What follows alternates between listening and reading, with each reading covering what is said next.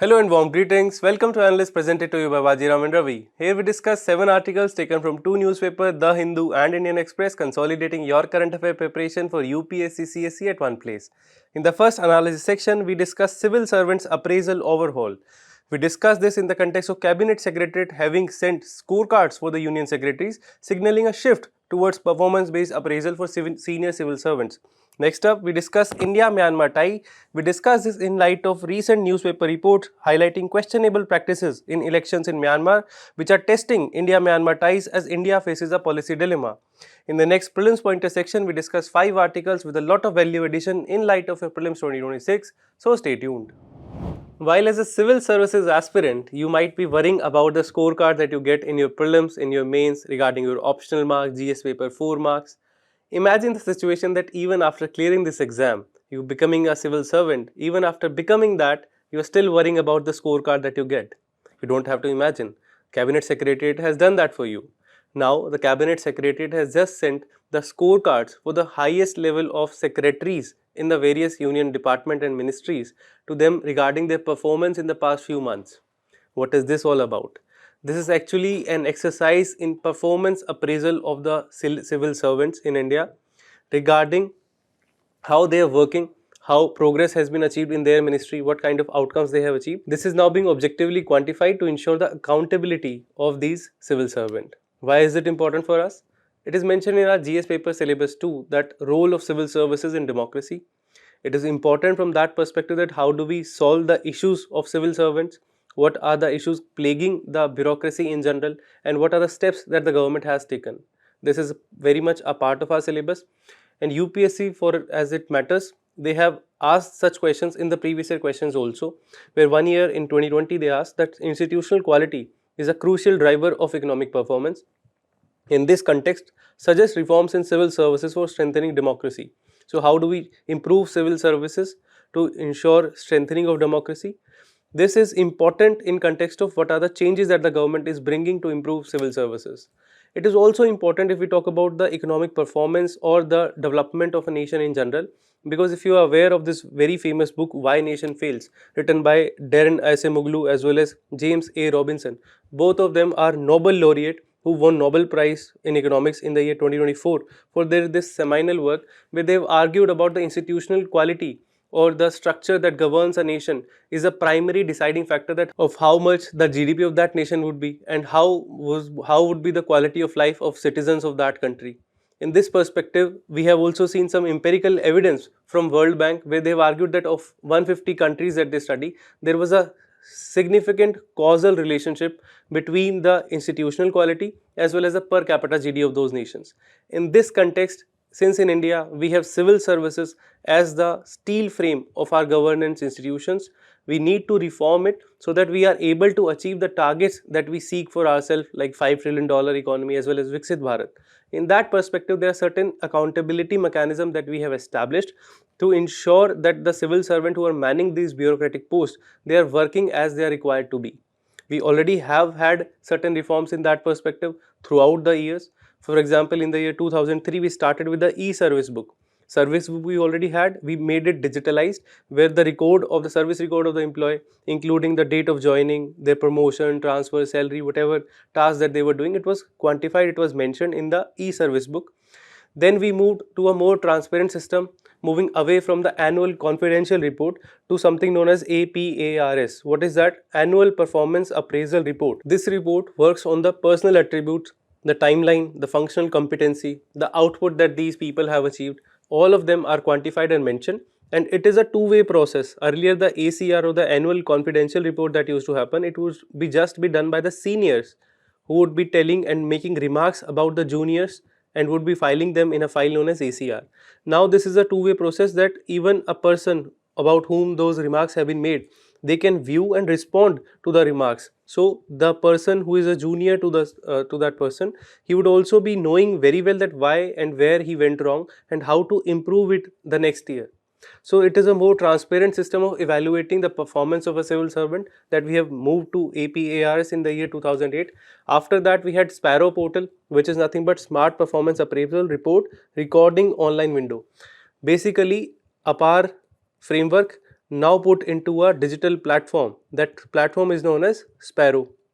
So it was now being made mandatory, at least for the IAS, IPS as well as IFOS, and other central services including IRMS have made it mandatory now. It is a work in progress that all of their APAR reports, annual performance appraisal report, are being digitalized onto this platform. After that, we had Pragati portal, which is proactive governance and timely implementation of scheme. In this, Prime Minister himself take meeting of various secretaries and various officials responsible for certain projects and ask for the issues why certain delay has been caused in the completion of those projects. So it ensured timely completion of those projects. It is also catering to the aspect of performance appraisal. We have 360-degree framework where instead of just ACR or APARs, we are witnessing that the person in question, his feedback is taken from all the direction, from 360-degree dimension, including the senior, including the junior, including the public at large, including the co-worker, colleagues. All of them are consulted, their feedback is taken, and then that person's file is made, including the feedback from all these dimensions. It is majorly till now used for the higher level post, mainly for the empanelment, for top level appointment, for example joint secretary and above. It is not used for all the IAS officer at this point of time. However, there is need for improving these reforms, these processes of measuring the performance. After this has been done, there has been certain lacuna in the performance of the bureaucrats till now that makes it more imperative to bring such reform. And due to these certain reasons that we would now discuss, we would see the recent change that has been brought in the performance appraisal, why that is so important. So if we discuss about the reason why do we need such reforms, is because there is a lack of measurable outcomes. Focus merely is on process completion. They are not focused on citizen impact. They might write in the files that this person has allocated this much amount of fund, these many files have been cleared. That might be mentioned, but then how is the outcome is not mentioned. Imagine the scenario that Ministry of Education's APAR report might rank our deputy director ranked officer very highly because he had constructed 10 schools during his tenure, but then it would say nothing of the actual literacy level that would have increased as the result of such task. So the focus is only on the output and not on the outcome. So it is not impacting citizen life as that much. Then we have weak accountability mechanism. It is very difficult to identify new non-performers because the promotion in this civil services till now has been only on the basis of seniority. They are not recognizing the merits of the officer because the performance is not even measured in that objective manner, that how much quantified work he has done or not. There is a change in the governance demand that new performance indicator would be used. After 1991 liberalization, we have been accustomed to the excellent customer service from the private sector. For example, you might call your Airtel customer care service and get your phone connection changed or transformed to some other service provider, for example Jio or something else. Imagine doing the same thing for your electricity provider. You cannot. It is not that easy.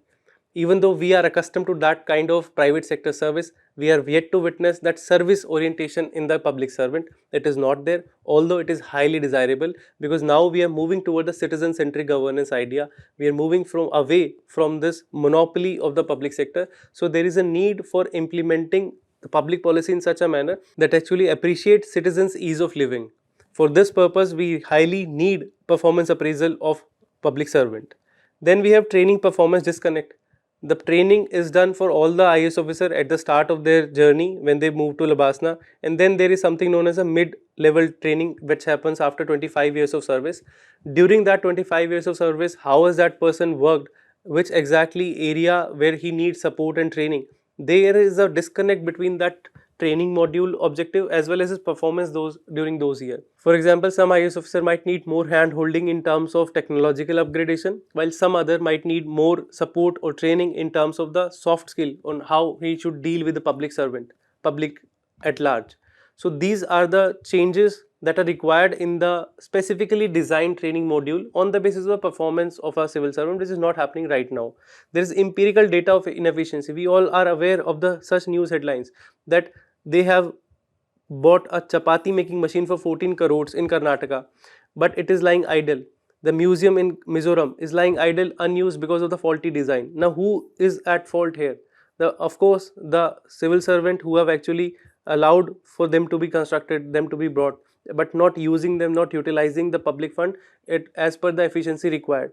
So they must be held accountable for such actions that they have done. Even though we are not saying that there was some scam done here, there is no corruption done here, but then inefficiency is also one form of issue. It is a misuse of public fund. It could have been used in some other more efficient manner. This is what is required to be done in the public performance appraisal of these IAS officer. And this is what is not just the empirical evidence. Various committees have also suggested, starting from the Surendranath committee. It suggested that performance linked promotion should be there, and there should be weeding out of inefficient officer. If officer who are not working efficiently, they should be weeded out, they should be suspended or dismissed, or whatever suitable action could be taken against them. Hota committee suggested the same, that there must be transparency and objective benchmark in the civil services evaluation. And of all, the second ARC in his 10th report, known as the refurbishing of personal administration, it has highly criticized the current scenario of performance appraisal. They say that the higher officer are usually rating the subordinates as outstanding without assigning any justification for that. Why are they so outstanding in their performance? There are many jobs where there is no deliverable, so objective quantification is not possible. But that doesn't mean that there must be no assessment at all. There is also performance appraisal that should be broad based to include peer review of performance. That peers, not just the senior, also the colleagues as well as the personnel of the same rank, they should be also consulted while making the performance appraisal. These are some of the suggestions that have been made by various expert committees. In light of such suggestion, a new foot forward has been put by the ministry, actually the cabinet secretariat, where they have started to rank the officer on the basis of various parameters. They are giving these secretaries of various departments a monthly ranking. For example, recently the ranking has been given from the month of September, October, November, December, and given in this month of January on the basis of certain objective criteria where weightage has been assigned to every task. For example, if file disposal is done timely, then the IAS officer would get 20 marks. If the public grievance redressal is done timely, they would be getting 5 marks for this. After this, what it would ensure is that a real-time improvement would be seen in all these parameters that they have mentioned. There are various crucial parameters here that litigation should be moving forward. What is this ensuring? That on the objective that the government is keeping at a very high priority, there must be certain progress because there are marks that are associated with them, and every month they would be given scorecards on their performance. There is also an idea of negative marking, so that not just you have to do something but also avoid the don'ts. For example, there is a negative marking that has been given to the cabinet secretary, that he would assign negative marks up to 12 if the IAS officer concerned has done excessive expenditure on any foreign visit, or if he has spent it extravagantly on any event that has been organized, or some file has been pending for a long duration time, then it would lead to negative marks. There is also a discretionary marks that has been given to the cabinet secretary, that if he wants to promote certain priority project, then if the project is being implemented in letter and spirit by the concerned IAS officer, there would be given extra marks for that, extra marks for good handwriting. In that scenario, it is working very much in favor for timely completion of PMG projects. What are these PMG projects? As we just saw that the need for the reforms in the performance appraisal is because of the 1991 liberalization. We are witnessing not just a citizen-centric governance but also a very prominent private sector. PPP partnership is the orientation of the day. We are not just a monopoly, we are moved away from the license Raj. So that should be reflected in the PPP projects also, public-private partnership projects. So this PMG groups is related to that. Why? PMG, which stands for the Project Monitoring Group, it is a part of Invest India. Why it is important? Its goal is basically to expedite the issue resolution as well as regulatory bottleneck by ensuring that milestones are achieved for the project that they are going to build. That in this month only at least 20% of the work should be done. By the time of September, 30% of the work should be done. So there is a milestone backed process that should be achieved. So if there is any lack of progress, that could be flagged at that time period, and it would not lead to cost and time overruns for these projects. So this is a goal. It is used for the project costing more than 500 crore rupees in India. Initially, it was established at the Cabinet Secretariat in the Government of India in 2013, but subsequently, it was now situated at the Invest India, which is part of the DPIIT, or the Department of Industry and Internal Trade, which falls under the Ministry of Commerce. Why was this relocation done? It was done to ensure a one-stop facilitation center for all the investors at one stage. The investor would be more concerned with the DPIIT, Department of Industry and Internal Trade. So it is here that this setup of PMG has been done to ensure progress in the projects. So that is why we have project monitoring group. To ensure the timely completion of such PMG products, there would be 10 marks would be given to that IAS officer who has done that, right? So it is, idea is that it is reducing delay at various level, ensuring real time progress in the projects. Now the absolute and relative assessment is also something that they have done. Earlier, as we saw, that the problem in the performance appraisal was that not everything can be quantified. To this, the Honorable Cabinet Secretary, he has answered this query that even if the fact is that something cannot be measured with perfect accuracy, that does not mean that it should not be measured at all. It only means that it should be measured in certain different manner.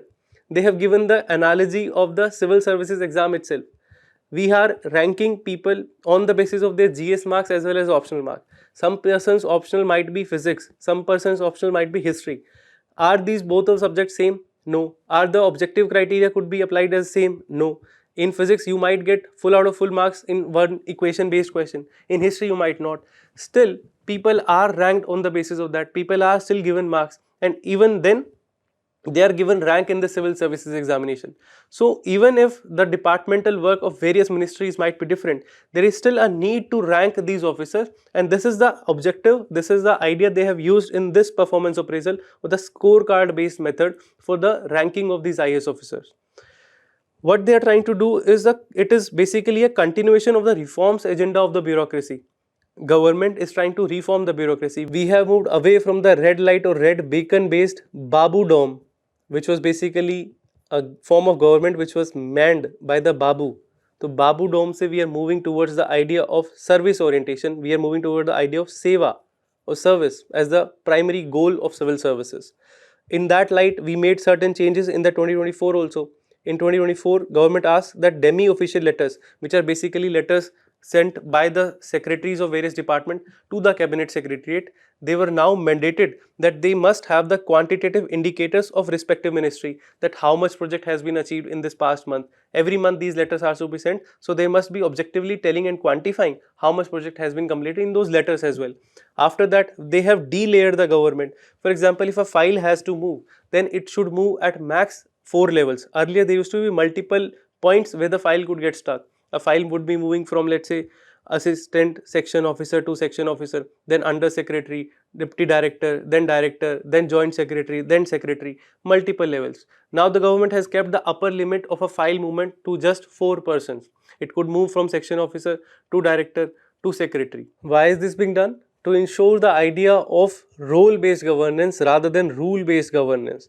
That the governance should not be stuck because one rule is disallowing it. It should be rather promoted because the idea is role-based governance. We are not taking the facade, we are not hiding behind the facade of the rules just to not get the work done, but rather enable the work, because we are moving towards the idea of citizen-centric governance, not Babu Shahi. That is the whole idea. Now we have discussed that these are the positive changes that the government has brought, but it is not that everything is hunky-dory. We still have certain persistent challenges in the civil services which are not letting the development take place. What are those? There is a skill capacity mismatch.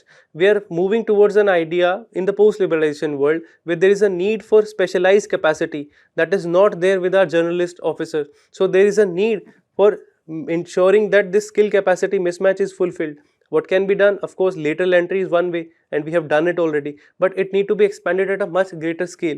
There is a political interference that is happening in the functioning of this IAS officer, and we are very well aware of it. Even the Supreme Court took cognition of it in the TSR Subramaniam case of 2013, where it said that any verbal order that is given by the higher ups to the subordinate staff, it does not have a legal force. Then we have legal and procedural rigidities, because IAS officer, because the bureaucrats, they hide behind the files, they hide behind the norms, they do not promote innovation and adaptive decision making, because they are fearful of the departmental inquiries, they are fearful of the witch hunting that might be done on them by the various C's that they are fearful of. C's like CIC, CVC or CBI or CAG, all these 4 C's are haunting the civil servant, and they are not able to work just to ensure compliance, and they are not doing innovation. It is not just their difficulty also, it is not just their problem. There is a persistent issue of overburdening of IAS officer. One person might be given additional charge of another thing which is completely unrelated. For example, it is yesterday's news. Even yesterday, Mr. Harshinder Pal Singh Barad, an IAS officer of Punjab cadre. He was currently serving as the director of the Higher Education Department of Punjab. He has now been given an additional charge of Infotech, which is basically the Punjab Information and Communication Technology Corporation Limited. Completely unrelated, but then they have to be given additional charge. It is leading to overburdening of the staff. It is leading to the role creep, that they are not sticking to the primary task that they are given. And this is impacting the governance outcome, of course. Then persistent challenge of corruption is there. As per the Corruption Perception Index given by Transparency International, India is ranking at 96th position out of 180. That means India is the 96th least corrupt country among the 180 countries that they have ranked.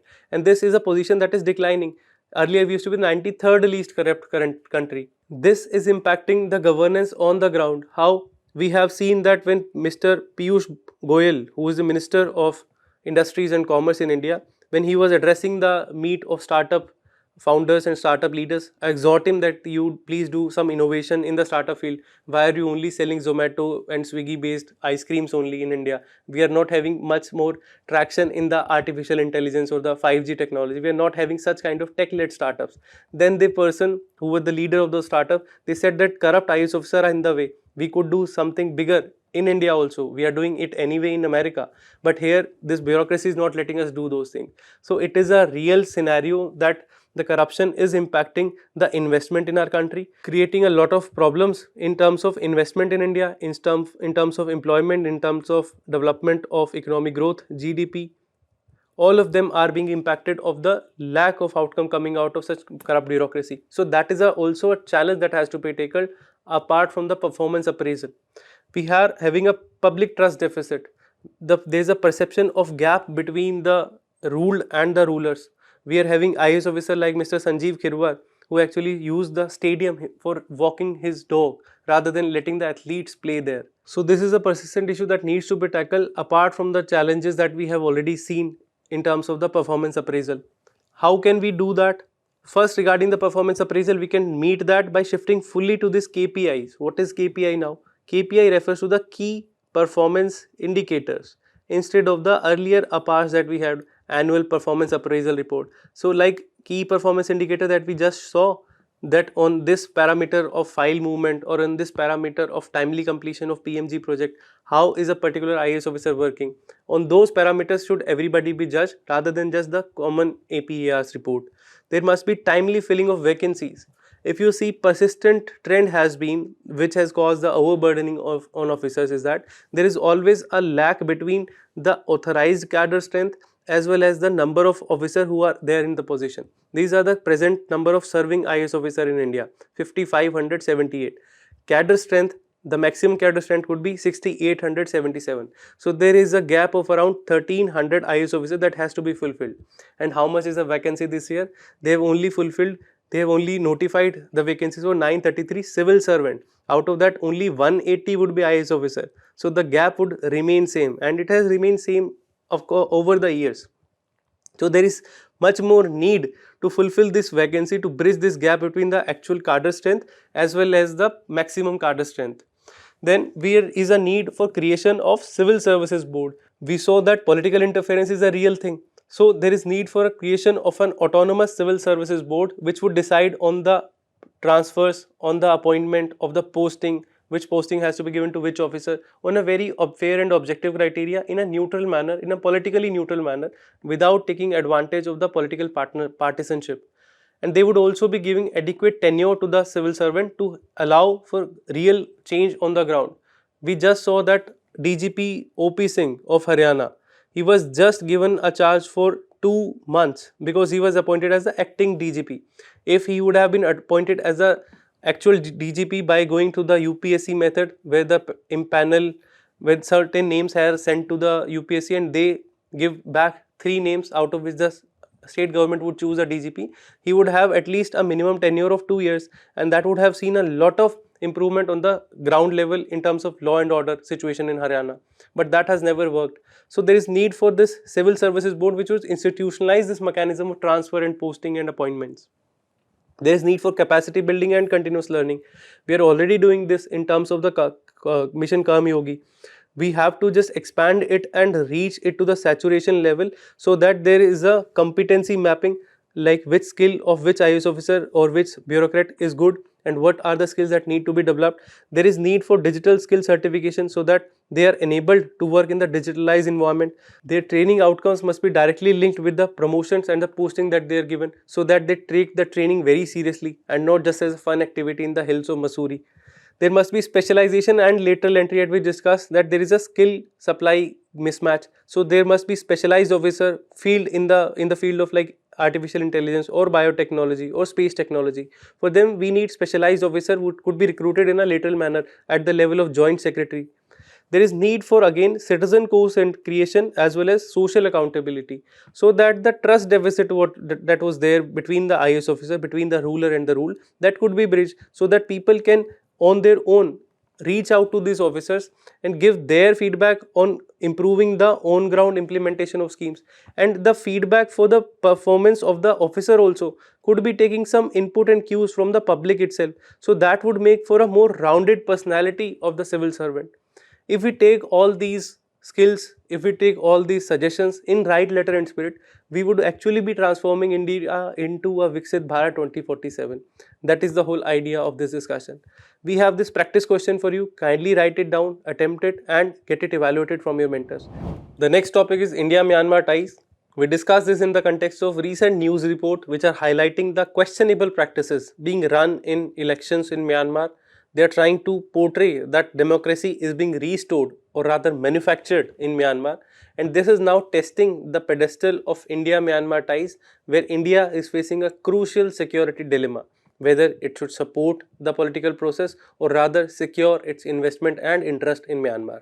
We take a look at this from the perspective of GS paper 2, IR, India and its neighborhood relationships. We also look at it in a very important manner because questions have been asked from the India and its neighborhood multiple times. When protests happened in Bangladesh in the Shahbag Square, they asked a question. When issues were fomenting in India-Sri Lanka relationship because of the domestic policy issues, they asked such questions. So how the situation in Myanmar is going to affect India-Myanmar relationship is what is the agenda of today, and we would be discussing it. Also in this slide we have included the various aspects for your prelims 2026 regarding the Myanmar per se, because at least 4 or 5 questions have directly come on the issues related to Myanmar. So we will be taking that along as well. But now what exactly is going wrong in Myanmar? If you see that the Myanmar is a country which has gone through ups and downs, a lot of them in the past.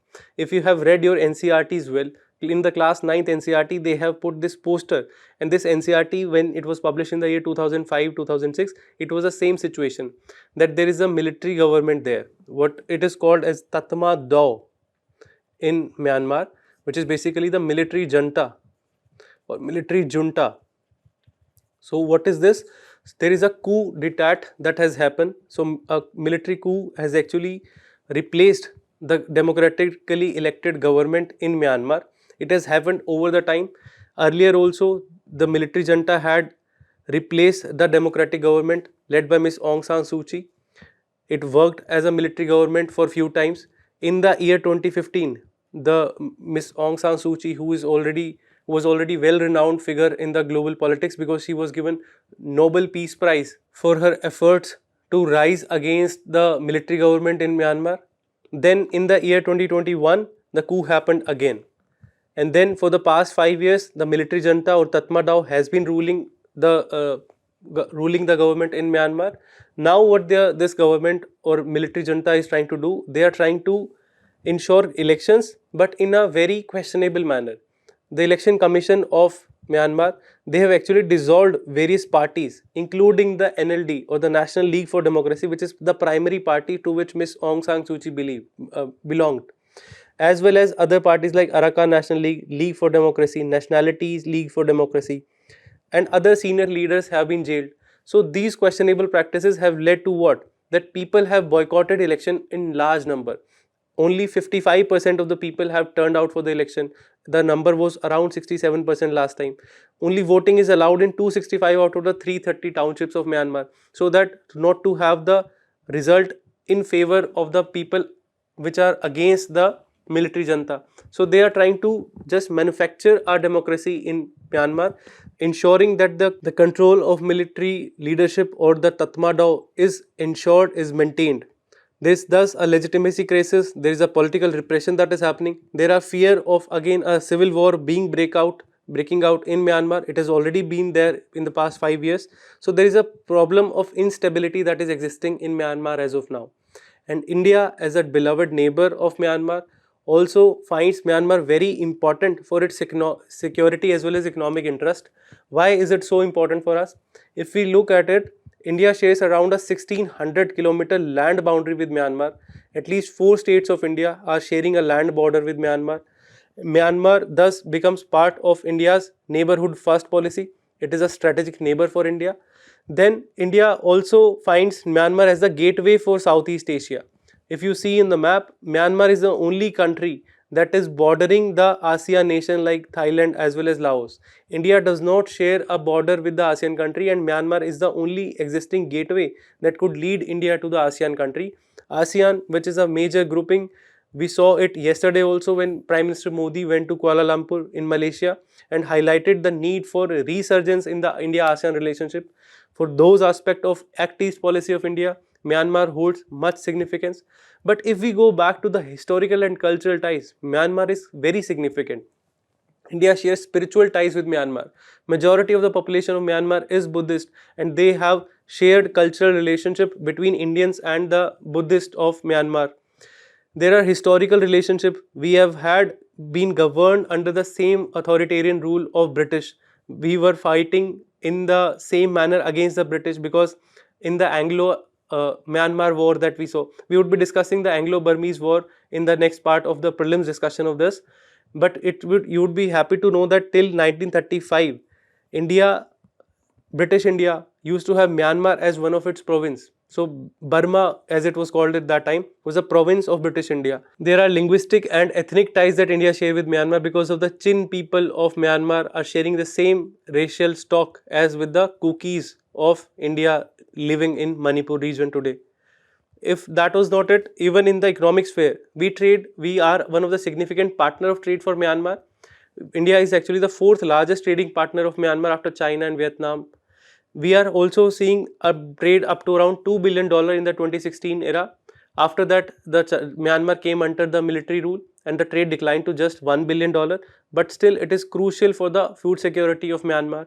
We are having Myanmar important from the perspective of the military as well as the maritime security of India. India is developing a port known as the Sittwe port in Myanmar, which is actually a counter to the Kyaukpyu port, which is being developed by China in the Bay of Bengal region, thus ensuring the maritime security of India from the Chinese string of pearls policy, where it is trying to encounter India with the various ports that is developing in the neighborhood of India.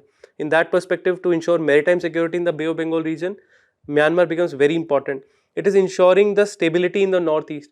If you remember, in the year 2015, Indian government actually published a report where Indian security forces crossed the border from Myanmar and Nagaland and killed the insurgent of NSCN, Nationalist Socialist Council of Nagaland, because of this hot pursuit policy. In that perspective, even though the Myanmar government or the military government there denied such involvement of Indian security forces on the Myanmar land, however, it is well known in policy circle that it was actually supported by the Myanmar government because it showcases a lot of trust that India and Myanmar repose in each other to ensure counter security operation in this restive region.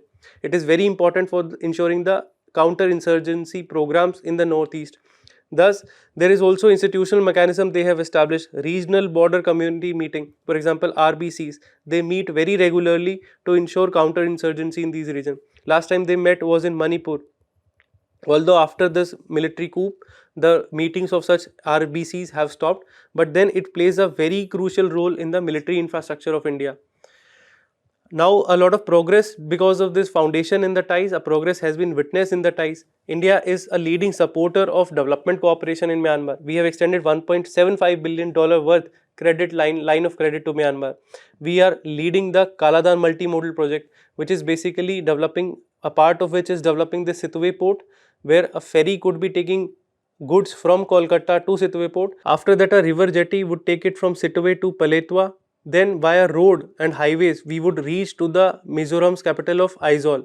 So instead of going from Kolkata to Aizawl via this chicken neck corridor, which is a very lengthy and tedious process, we could utilize the multimodal transport operations with the help of government of Myanmar. And in that perspective, we are developing this Kaladan multimodal project. Since we just discussed that Myanmar serve as a gateway to our Asian countries, we are developing this IMT trilateral highway known as India-Myanmar-Thailand trilateral highway, which is starting from the More in Manipur, going towards the Mandalay, which is a city in Myanmar, going to the Mysore in Thailand. So this triple M phenomena of IMT highway is also part of this infrastructure project that we are developing in Myanmar. We are ensuring capacity building, IT institutes are being built. We are ensuring the Rakhine Development Program and heritage restoration at the Bagan site, which is a site of temple which is located in Myanmar. India is developing this cultural and economic cooperation for Myanmar. There is a $500 million line of credit that has been established for infrastructure development in optical fiber, for internet, railways, refinery renovation. We have also established a 2022 agreement regarding the integrated check post at Tamu to boost border trade and movement. So, ensuring the free trade movement of across the border of India and Myanmar, an integrated check post has been established. So, these are the progress that we have witnessed in the India-Myanmar ties over the years. And it is not just important from our perspective of security as well as economic dialogue, but also from our prelims perspective. If you see, they have asked multiple questions regarding Myanmar. One year they asked about this trilateral highway itself, that whether it connects More in Manipur to Chiang Mai in Thailand via Myanmar.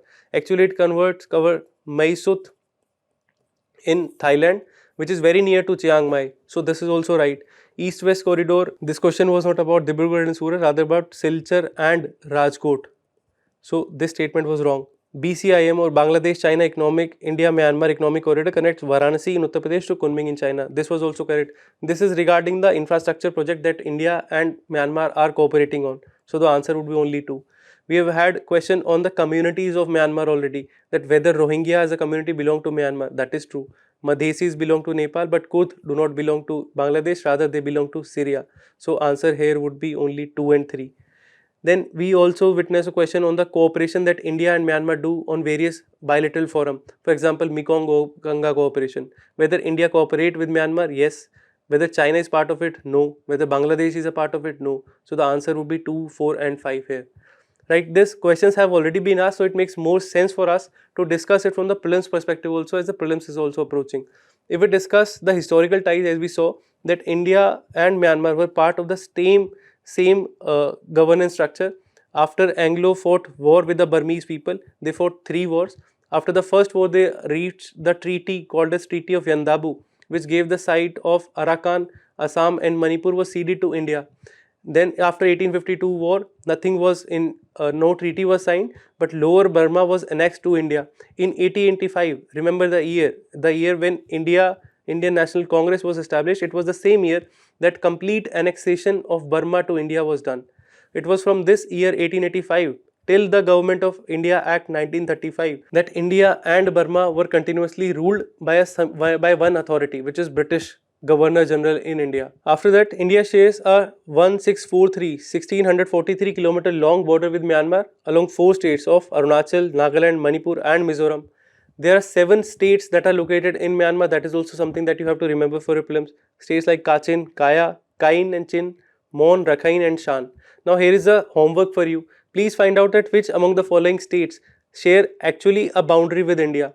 I am very sure that you would be happy to know that Rakhine state is a state which they have already asked, that because Rohingya, they belong to the Rakhine state of Myanmar, which is also known as the Arakan region. This as a state is not sharing its boundary with India, but still Rohingya refugees have visited India, have been living in India. Which are the other states? We have also have to find out those name of those states as well.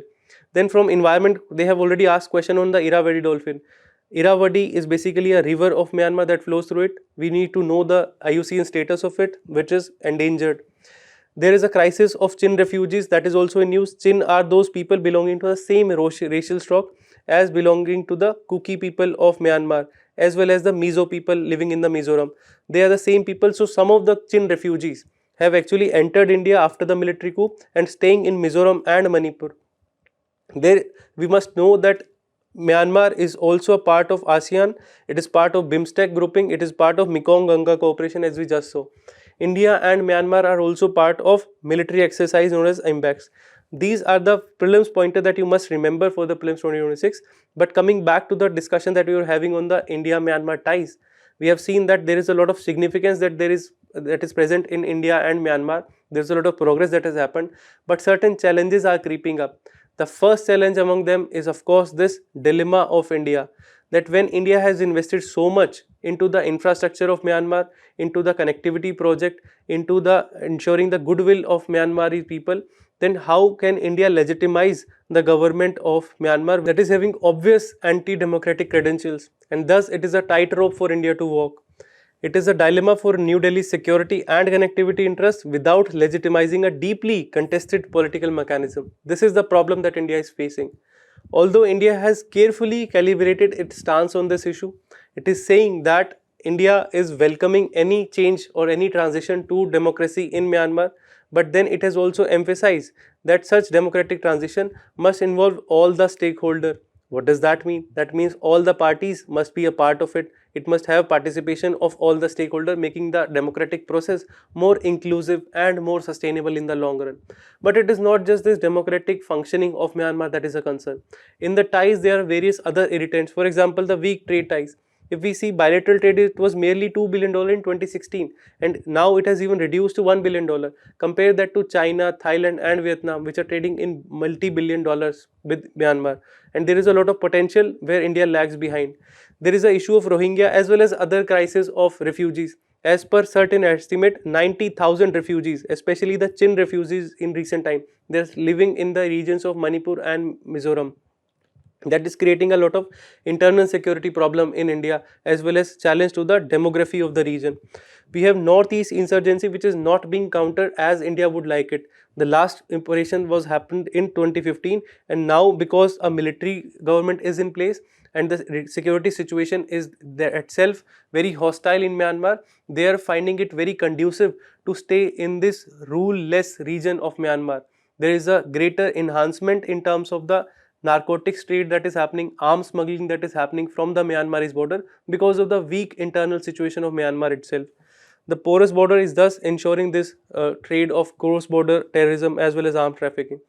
Recently, apart from these traditional issues, we are witnessing a lot of non-traditional security issues emerging. For example, recently it was reported that Myanmar cyber scam has become a cyber scam hub. Around 2,000 Indians have been rescued since 2022 who have been victim of these cyber scam hubs located in Myanmar in these unruly regions. Then because of this worsening security situation in Myanmar, India, which was already a part of a free movement regime, because as we saw that Indians and Myanmari people, especially the Chin and the Kugis, they share ethnic ties, and there are border villages along both the sides of the border which could move at least 60 kilometer, 16 kilometer on either side of the border. They could move and have their fraternal ties with each other. There could be a rishta of roti beti. There could be matrimonial ties between the villages on either side of the border. So it allowed for a free movement regime. Back in 2022, government actually scrapped this free movement regime. This has led to a lot of protest among the people of both the sides, from Myanmaris as well as Indians living in those regions, because it is against their cultural norms. So this has become an irritant in the people to people ties of this region. We are having trust deficit with respect to Indian government's project. We have talked about the Kaladan project, we have talked about IMT, but none of these projects is completed till now. It is not in functional stage. So that has reduced the trust among the projects that are announced by India. This has reduced the credibility of India as a development aid provider. This is coming in light of the China, which is using its wallet diplomacy by its projects like Belt and Road Initiative in China. In Myanmar, as we saw, they are developing the Kya Upkyu port, which is having a lot of security challenges for India as well in light of its string of pearls policy we saw.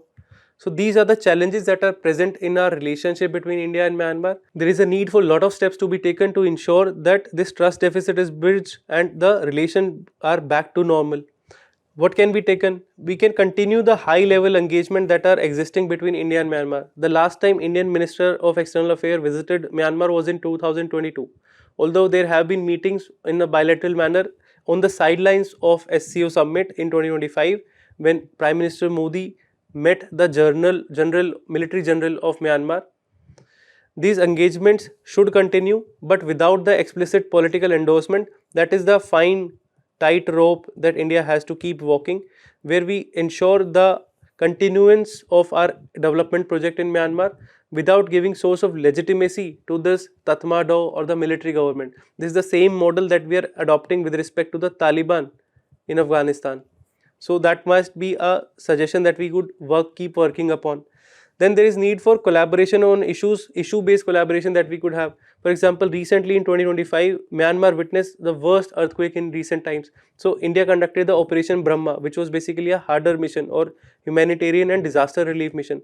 This has generated a lot of goodwill for Indian people that despite non-official recognition of the regime in Myanmar, India is supporting the live as well as supporting during the disaster relief and rescue mechanisms.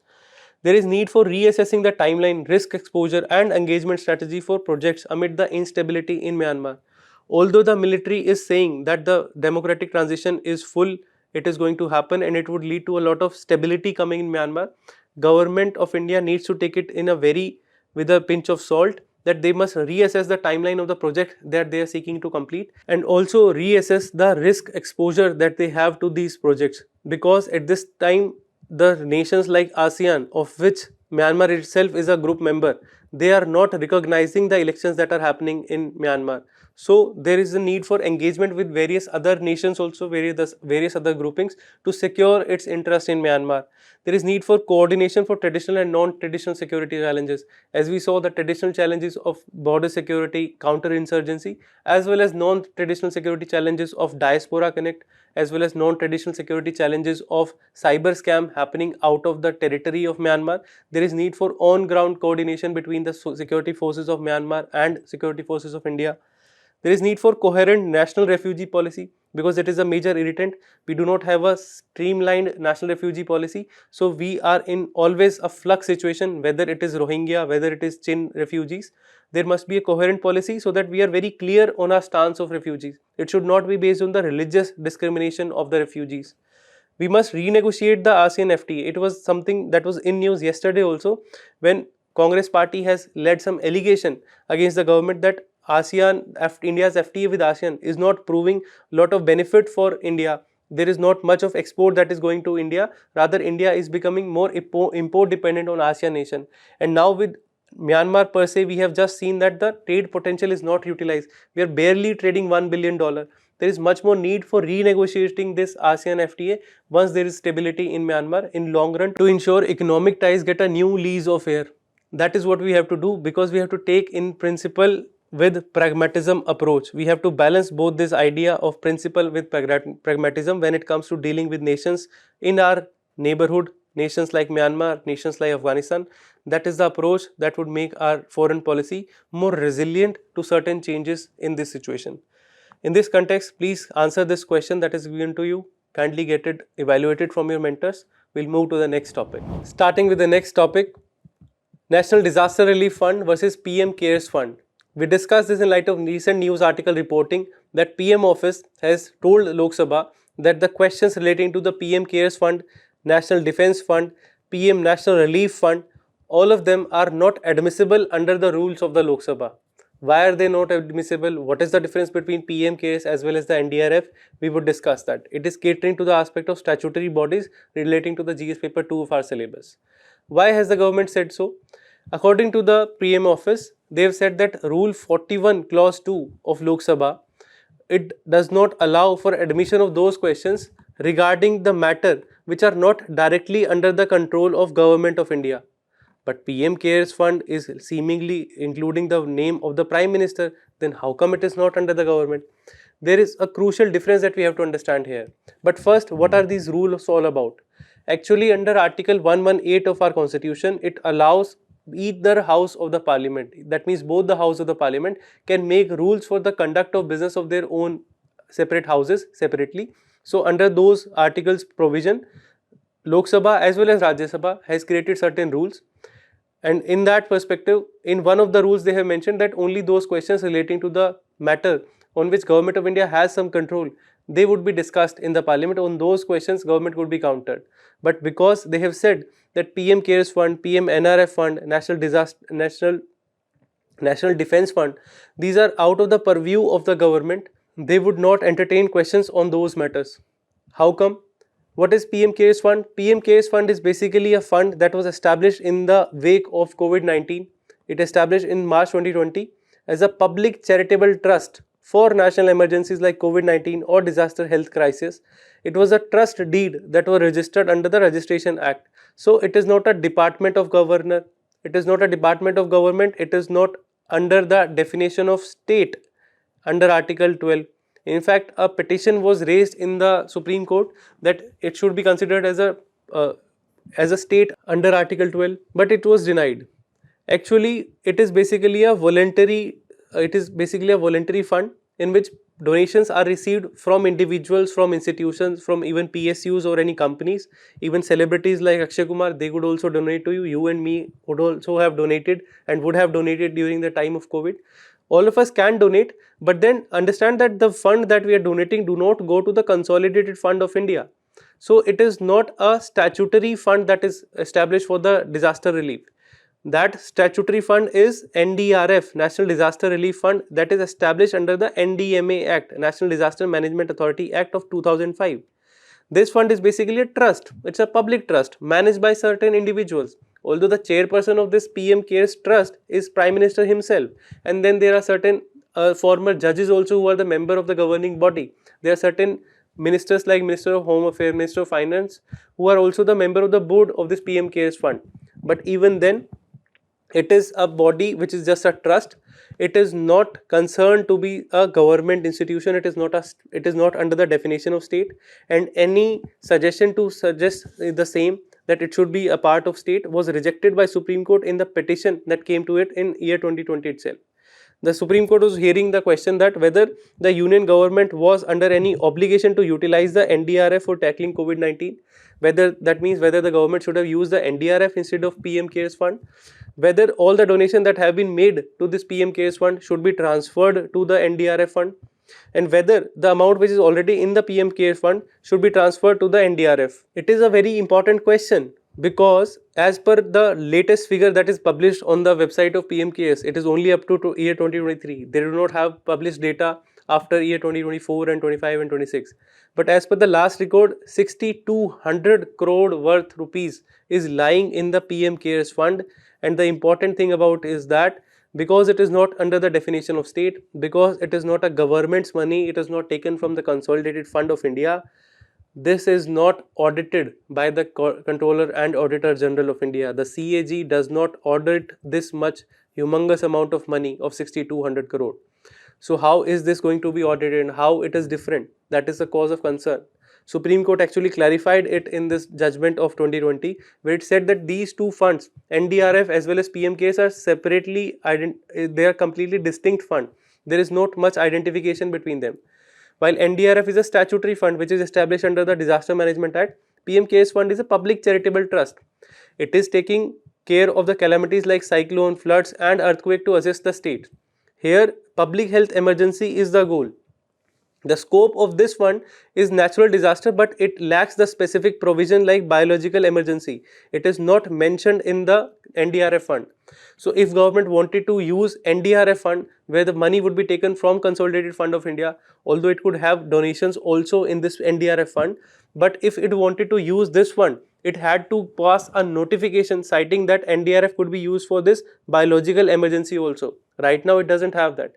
But instead of passing that notification to use NDRF for COVID-19, it rather established a new trust itself, PM CARES Trust, which is not accountable to the CAG because it is not taking money from the budget or public fund. On the other hand, it is taking money from voluntary contribution from individuals and organization.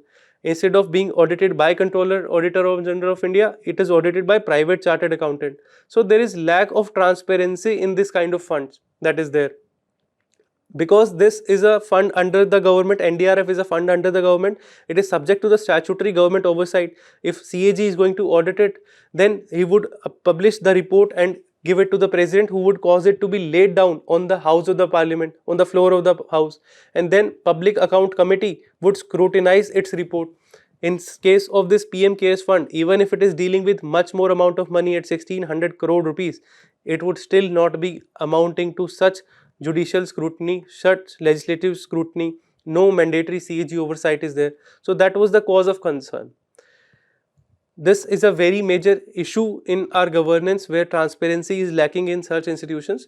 But from our exam perspective, we have to understand that if just because something is written as PM CARES, that doesn't mean necessarily it's a government body. It is not. It is a public trust which is chaired by the Prime Minister. That is what you have to understand.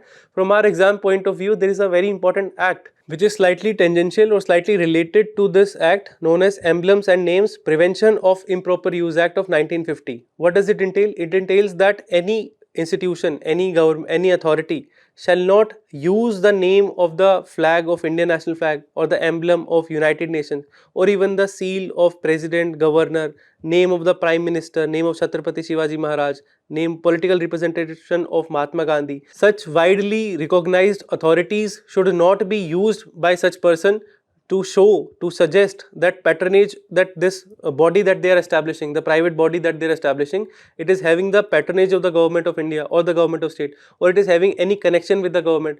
Because in essence, despite the trust deficit that we have for the IAS officer and the politicians, there is still a lot of trust that we repose in our government institutions. So any private body must not misuse the name of the government. Here in this case, it is not violating the provision of this act, but it is for your perusal that you remember that nobody can be authorized to use such names and symbols and flags of government of India as well as such widely recognized international organization. It is a punishable provision under this Act of Emblems and Names Prevention of Improper Use Act. Moving to the next topic relating to the economy portion, where government borrowings have risen. The rate of interest that the government is paying out is also rising. Why has such rate of interest has risen? That is what we will discuss. In light of the recent announcement of budget 2026-27, government has said that they have increased the borrowing to 17.2 lakh crore rupees. It is basically a 17% increase over the past year's borrowing. The fiscal deficit is estimated to be 4.4% or 4.3% as per various estimates. What does this show? That the borrowing of government is rising and the general debt of the government is also rising. This has showcased that the yield or the rate of interest at which government is raising money has risen to around 6.7%, which is much higher compared to the other nation. For example, Indonesia, which has rate of interest of 6.3% is the amount that they pay when the government borrows money from the market. Why is so much of change in India? Why India is paying so much high amount of money for borrowing more money from market? The reason for that is high government borrowing. Both the center as well as state are borrowing heavily to fund welfare scheme, infrastructure, post-pandemic recovery as well as increased demand for loan in market. We just saw that in this budget itself, government has said that they would spend around 12.2 lakh crore rupees on the capital expenditure or infrastructure boosting expenditure. Since the government is borrowing a lot of money, it has actually increased the bond yield for the government. Basically, the bond yield is basically the return an investor can receive from a bond. It is expressed as a percentage. It is calculated based on the bond's interest payment and its current price. What does this basically mean? If as an investor somebody is buying a bond, a government bond, for example this bond issued by the West Bengal State Electricity Board, it would be having certain money printed on the surface of it, which would be known as the face value, which is given in this case 25,000. But for our simplistic understanding, we take face value of 100 rupees, and they would also mention the rate that they would return. For example, 10% a year is the return of rate they would give to the investor. So if there is this bond that is available to the investor and he has brought this bond, he would get 10 rupees for 100 rupees that he has invested. So his yield is actually 10%. Market interest rate was 8%, he was getting 10% here, so he invested in that. After some time, what happened was that market interest rate rose to 12%. Now that market interest rate is lower, is actually higher than the rate he is getting from this bond, he is now not willing to hold this bond. He is now willing to give this bond to somebody else and invest somewhere else his money. So he finds some persons. Out of those persons, somebody actually says that I would take your bond, but instead of paying you this 100 rupees, I would only pay you 80 rupees for this bond. And he is in a hurry and he wants to sell this bond. He sends this bond, which has a face value of 100 rupees, to this person for merely 80 rupees. Now, if we forget about this first investor and talk about this issue of this last investor whose name is D, he has bought this bond for 80 rupees and he would again also be getting a return of 10 rupees only, because that was something mentioned on the bond's face value that he would get 10 rupees. So if somebody has invested 80 rupees and he is getting 10 rupees as yield, how much money is he earning? 10 upon 80 into 100, he is earning 12.5% effective interest rate. Because the market interest rate are rising, the yield on the bond has increased from 10% to 12.5%. That is how we say that there is a simultaneous relation or the directly proportional relation between the interest rate as well as the bond yield. In another scenario, we see it was the same person who bought this bond when the yield was 8% in the market, when the interest rate was 8% and the bond was yielding 10 rupees to them. Then market interest rate actually declined. The market interest rate becomes 7%. What does this mean? That somebody can actually borrow money at 7% rate and invest in whatever scheme he want to. Now this person D wants to invest in this bond that is held by somebody else. So he is willing to offer his 110 rupees to this person. Okay, sir, please give me your bond of 100 rupees face value. I will give you 110 rupees for it. He sells him this bond. Now this D person, he has actually invested how many rupees? 110 rupees. And how much is the money that he is expecting out of it? 10 rupees. So 10 upon 110, how much money? What is the yield of it? 10 upon 110, it becomes 0.909 or 9% is the actual yield that he is getting. So now the yield has actually reduced from 10% earlier to 9%. Why? Because interest rate has also reduced. So this is the scenario that we have established, that bond yield are actually directly proportional to the interest rate. If the interest rate is high in market, the bond yield also rises. If the interest rate is falling, the yield is also falling. So once this aspect is clear, we move to the another aspect of bond price. Initially, the bond price was 100 rupees and then the yield was 10 rupees. When the bond price had reduced to 80 rupees, the bond yield had actually increased to 12.5%, as we saw in this case. Bond price had actually reduced to 80 rupees, but bond yield increased to 12.5%. Thus, there is an inversely proportional relation between bond price and bond yield. On the other hand, with market interest rate, it is directly proportional. Interest rate is increasing, that means bond yield is also increasing. Interest rate is increasing here, that means bond yield is increasing. On the other hand, on bond price, it is inversely proportional. So what is happening in this case of government budgeting? Because government is borrowing more money, that means government is selling more number of bonds, more bonds in the market. That means the price of the bond is reducing. Why would price of bond reduce? Because there are more number of sellers and less number of buyer. Buyer would say that I will not give you 110 for 100 rupees bond. I would only give you 80 rupees for this bond. So the price of bond is actually reducing because there are more bonds, more government money is requiring, more borrowing is done. If price of the bond is decreasing right now, then the yield would of course increase, and this is what is happening right now, that government yield has risen to 6.7%, which is much more compared to the other nations. Right? So bond yield is increasing because the more bonds are being with the government. Government is selling more number of bonds. The number of buyers are less of these bonds. Price of bond is decreasing. Yield of the government is increasing. This yield is nothing but the interest rate that is payable to them. Because interest rate is high, the burden on the government is also very high. That is what we are talking about. And these are the few of the reasons. One of the reason is that crowding out effect. Because government is borrowing a lot of money, then it is leaving very less amount of money for the private investor. Thus, less credit for private investor. Thus, lot of competition for the same money. More people are willing to pay more interest rate. Government is also now willing to pay more interest rate to the banks or to the capitals, the person who have the capital. That is why the interest cost of the government is rising, or the bond yield is also rising. Fiscal deficit pressure is there because government budget is exceeding the FRBM limit. Ideally, the debt to GDP ratio should be 40% for the union and 20% for the states. But over the time period, we are seeing that it is increasing to much higher rate of 55.2% as per the 2025-26. Because there is more demand of money, it is leading to the high bond yield. That means higher pressure for the government, more spending for the borrowing. RBI monetary policy transmission is not happening. Even though RBI has reduced the repo rate, it has reduced the repo rate from 6.25% to 5%. There is a 1.25 percentage point cut, but it has not transmitted to the market because of various issues in the monetary policy transmission. And thus, even if the interest rate is rising, interest rate is declining, we saw that it should ideally reduce the bond yield, but it is not because of the lack of monetary policy transmission. There is also reduced liquidity in India. Earlier, only not just the bank that would give money to the government, but also the foreign nationals. For example, the FDI that would be coming.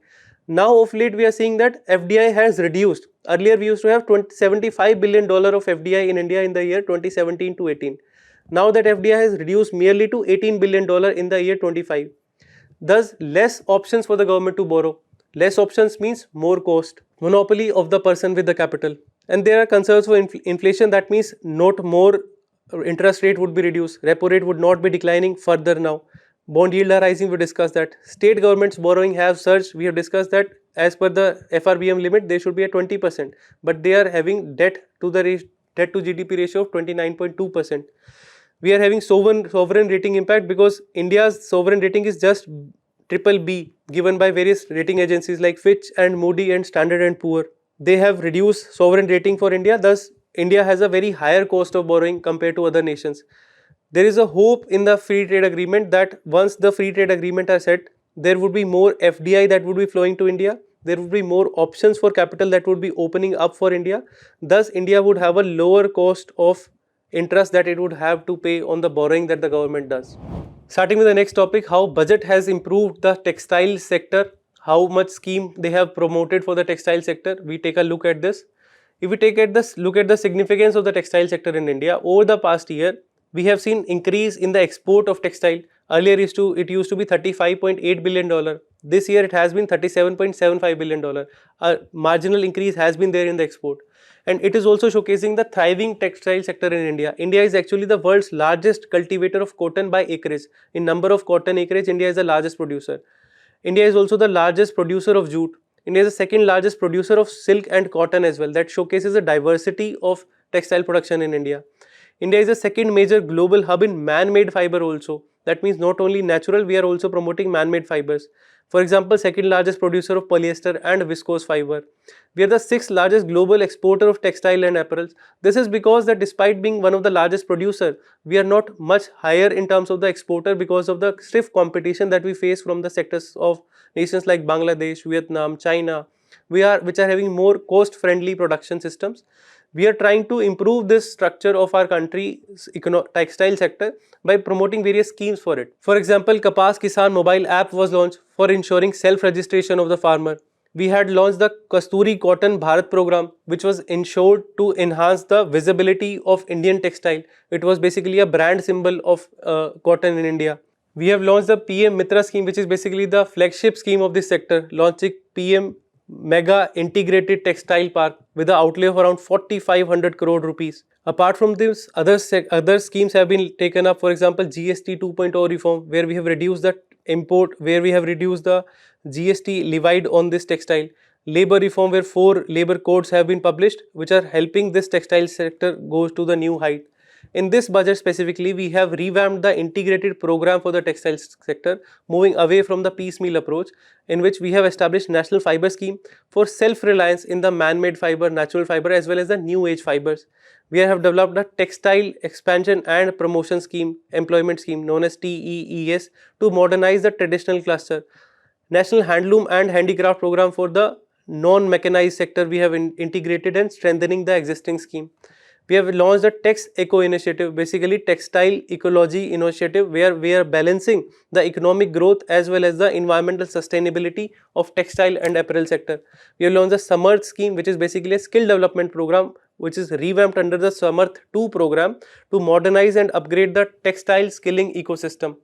Apart from this, we are establishing Mahatma Gandhi Swaraj Gram Swaraj initiative, developing one district, one product out of it, in which also certain product would be from textile sector. We have launched an export promotion measure for textile and allied sector. For textile and sectors like leather product, leather garment, other things, we have allowed them a duty-free import of certain raw material, so that there have been given a time limit that around 6 to 12 months you can import goods which are raw material duty free, so that you can move up to the global standard, and in the long term Indian textile industry would be having benefits of competitive advantage as the foreign industries are having.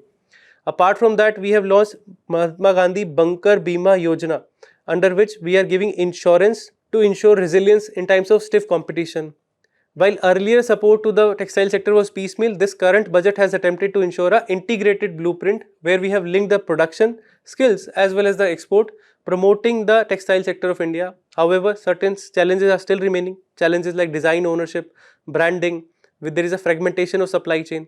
The pricing power is weak with India. We do not have the negotiating power with various nations. There is a global competition as well as a wave of deglobalization that is functioning. For example, US has been levying a lot of tariffs on India. The recent FTA that has been announced with EU as well as the new trade deal with US is giving a lot of hope. But then we have to move away from the piecemeal sector approach to the 4 F's of Modi ji, which is farmer, fiber, fashion and foreign. These 4 F criteria should be guiding our textile sector to new heights. The next topic is vision of Begumpura, which is basically talking about the Sant Ravidas idea of vision of Begumpura. Begumpura is basically a Hindi word meaning Begum. That means not the wife, but lack of sorrow, or a world where there is which does not know any sorrow. There is only happiness. And this is the precise idea that Sant Ravidas ji talked about. Sant Ravidas was basically a bhakti saint belonging to the 14th, 15th or 16th century. The exact time period is not known, but it is said that he was contemporary of Kabir Das. He was born in a village near Varanasi in around 14th, 15th century, but he has a very good connection with Punjab. That is why Honorable Prime Minister Modi ji has just renamed one airport known as Adampur Airport after Guru Ravidas. He is, as we said, was contemporary to Saint Kabir also. He was a well-known poet. He wrote in various local languages including Braj language as well as Khadi Bhasha. 41 of his devotional songs have actually found mention in the holy book of the Sikhs, which is Guru Granth Sahib. So even Guru Granth Sahib, which is the last Guru of the Sikhs, this book has the mentioning of the poems and the composition of Sant Ravidas. That is the Punjab connection of Sant Ravidas. Then many of his poems have also found mention in the Dadu Panthis books. Dadu Panthis are basically the follower of Dadu Dayal. Who was Dadu Dayal? Dadu Dayal was also a 17th century Bhakti saint who lived in the region of Rajasthan, and it is he was a very famous Bhakti scholar.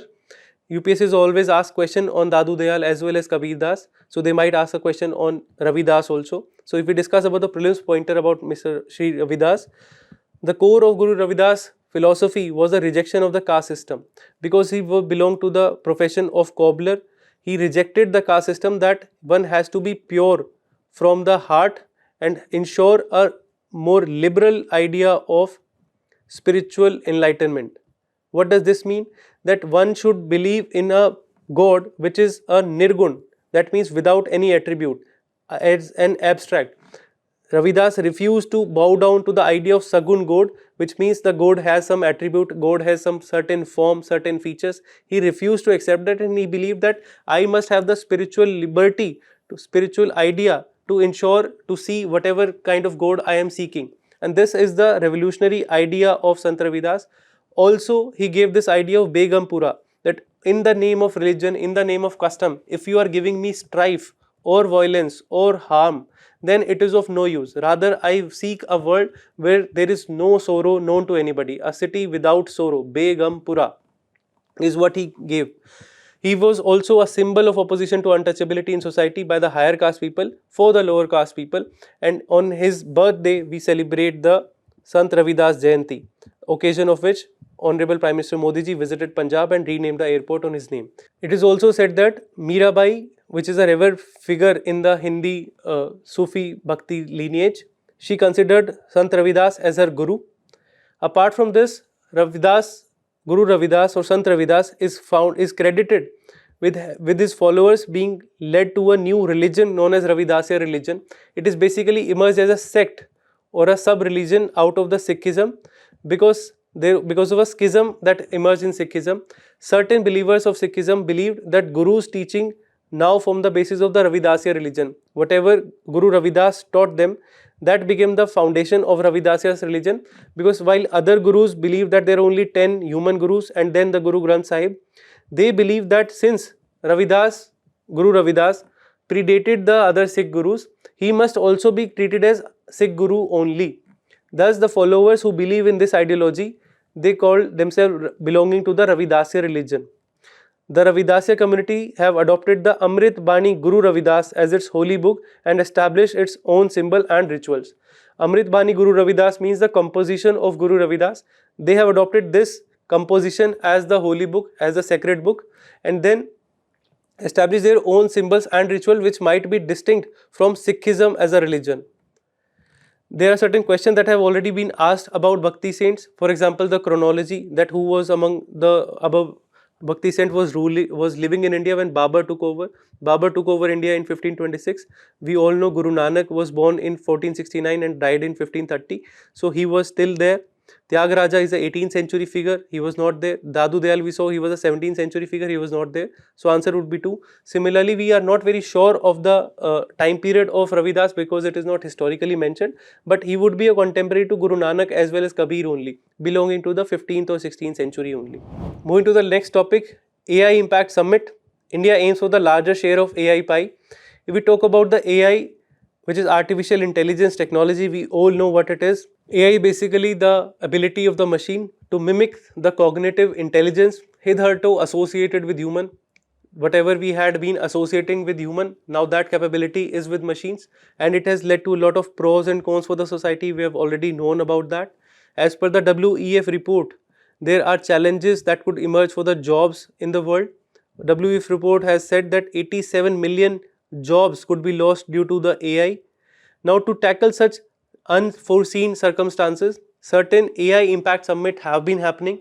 They started in the 2023 Bletchley Park Summit, AI Safety Summit that happened in UK or Scotland, which was actually the site of the first industrial revolution, and now co-terminus with the fourth IR 4.0, the fourth industrial revolution. Then we moved to Seoul Summit, which happened in Korea, which widened the agenda to include innovation and inclusivity, not just the risk and the catastrophic AI risk. Then we moved to Paris in the year 2025, where the attention was shifted to implementation and economic opportunities. So this has been the background of AI Impact Summit: positive, negative, mitigating the risk, ensuring new opportunities. Now in the year 2026, it is for the first time that the AI Safety Summit or AI Impact Summit has moved to the Global South, which is in India. It is going to be held in India from 16th February at New Delhi. So it makes for a lot of occasion to emphasize what is it going to entail for India. Each iteration has gradually expanded the scope beyond the safety towards practical and developmental concern.